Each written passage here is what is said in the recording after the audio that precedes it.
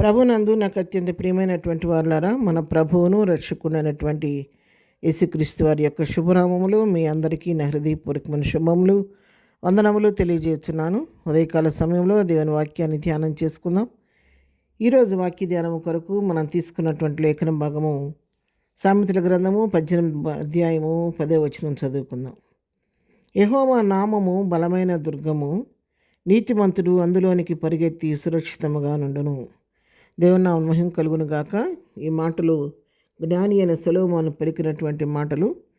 ఇక్కడ భక్తుడు యెహోవా నామంలోని శక్తిని గురించి, ఆయన రెక్కల క్రింద మనకు ఉన్నటువంటి కాపుదలను గురించి, ఆయనలో మనకు దొరికే ఆధారణ గురించి మరి ఎంతో గూఢార్థమైన మాటలు ఇక్కడ మాట్లాడుతూ ఉన్నాడు.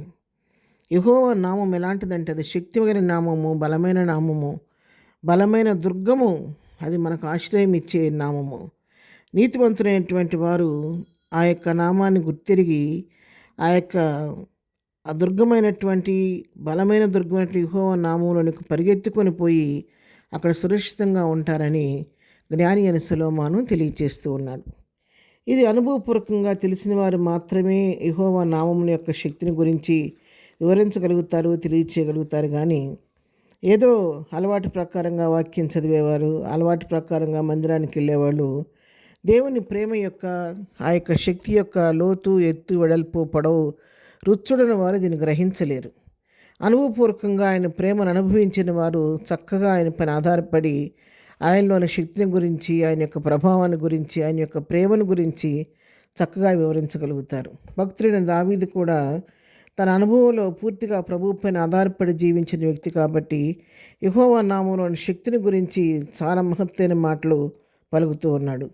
మరి కీర్తన గ్రంథంలో 32వ కీర్తన 7వ వచనం మనం చదువుకుంటే ఇక్కడ భక్తులైనటువంటి మరి దావీదు చెప్తున్నటువంటి మాటలు, నా దాగుచోటు నీవే, శ్రమలో నుండి నీవు నన్ను రక్షించెదవు, విమోచన గానములతో నీవు నన్ను ఆవరించెదవు.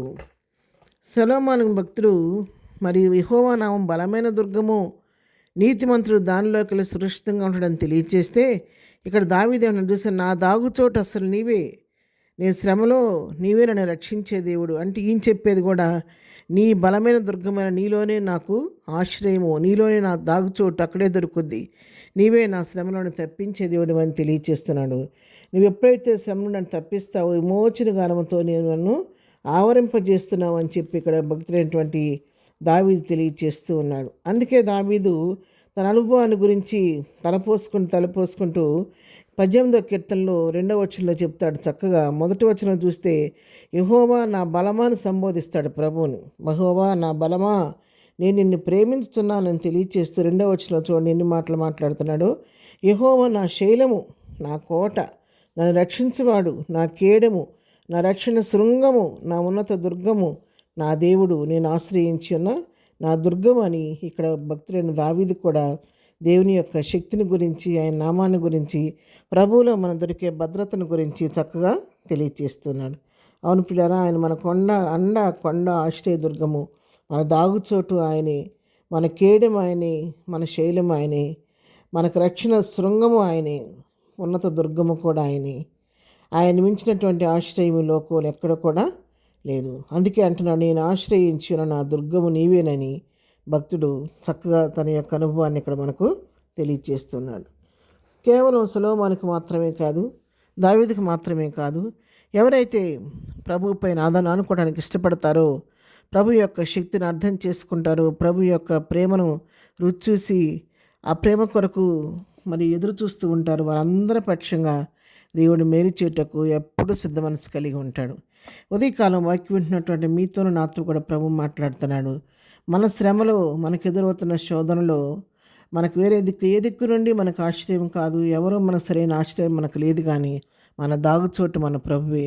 శ్రమ కలిగినప్పుడు ఆశ్రయదుర్గమైన సన్నిధికి మనం వెళ్ళి బలమైన దుర్గమైనటువంటి యెహోవా నామాన్ని మనం చేతపట్టుకొని ఆయన నామం పెరట ప్రభు సన్నిధిలో మన విన్నపాలు తెలియచేస్తే మనకు దుర్గమైన దేవుడు, కేడమైన దేవుడు, కొండైన దేవుడు, కోటైన దేవుడు మనల్ని కూడా తప్పించి విమోచన గానములతో మన హృదయాన్ని నింపుతాడు. కాబట్టి ఉదయకాలం నీకు నాకు ఏ సమస్య అయినా సరే ప్రభు పాదాలపైన పెట్టి ప్రభు పైన విశ్వాసం ఉంచి ఆయన ఆశ్రయించి ధైర్యంగా ముందుకు సాగిపోదాం. ప్రార్థన. ప్రేమగలిగిన తండ్రి పరిశుద్ధుడా, ఉదయకాలం మాకు ఇచ్చినటువంటి ఆదరణకరమైన మాటను బట్టి నీకు వందనాలు. అవునైనా మా అండా కొండ ఆశ్రయ దుర్గు నీవే తండ్రి, మా బలమైన దుర్గు నీవే ప్రభువా, నీకు వందనాలు. ఉదయకాలం వాక్యం వింటున్న ప్రియులు ఎవరు ఏ సమస్యలతో ఉన్నా ప్రతి వారి యొక్క సమస్యలు పరిష్కరించండి. ప్రతి వారికి మీరే అండా కొండ ఆశ్రయ దుర్గంగా ఉండి ప్రతి సమస్యను పరిష్కరించి ప్రతి వారిని విమోచన గానములతో నింపండి ప్రభువా, నీకు స్తోత్రాలు. ఈ దినం మేము చేయ పని పాటలు రాకపోకలో క్షేమం కలుగు చేయండి. దీని బర్త్డే మ్యారేజ్ చేసుకుని మిమ్మల్ని దీవించి ఆశీర్దించమని యేసునామములో ప్రార్థించడి పొందుకొని ఉన్నాము తండ్రి, ఆమెన్. ప్రభు కృప సదాకాలం మనందరికీ తోడై నడిపించును గాక, ఆమెన్.